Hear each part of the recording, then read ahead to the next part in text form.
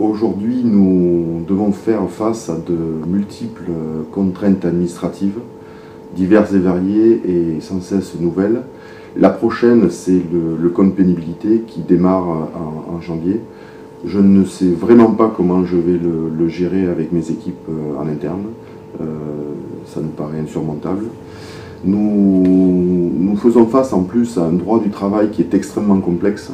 Et même lorsque nous prenons conseil auprès d'avocats spécialisés, nous ne sommes jamais sûrs d'être dans notre bon droit.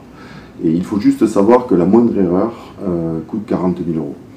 Alors après, qui s'étonne que l'on ait des réticences à employer des personnes, sachant ce qui risque de nous arriver.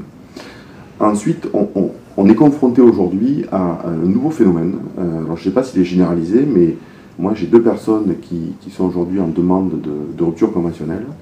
Et ces deux personnes, en gros, elles ne vont pas travailler pendant 2 ans.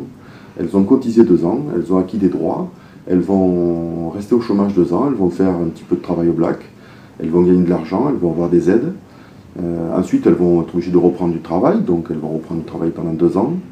Elles auront visiblement une nouvelle aide au retour à l'emploi. Et à côté de ça, j'ai des gens qui travaillent au quotidien, consciencieusement.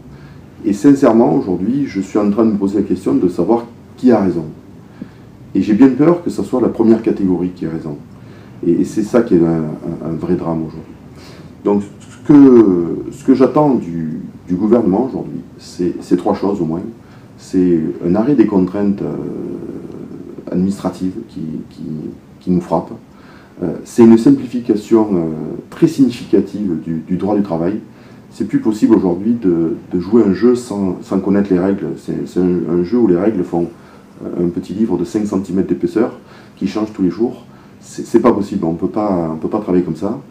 Et enfin, j'attends une grande œuvre de favorisation du travail par rapport à l'assistanat. Aujourd'hui, quelqu'un qui travaille au SMIC coûte plus de 1 500 € à l'entreprise. Moi, je propose que le SMIC en net il passe à 1 500 €. Voilà.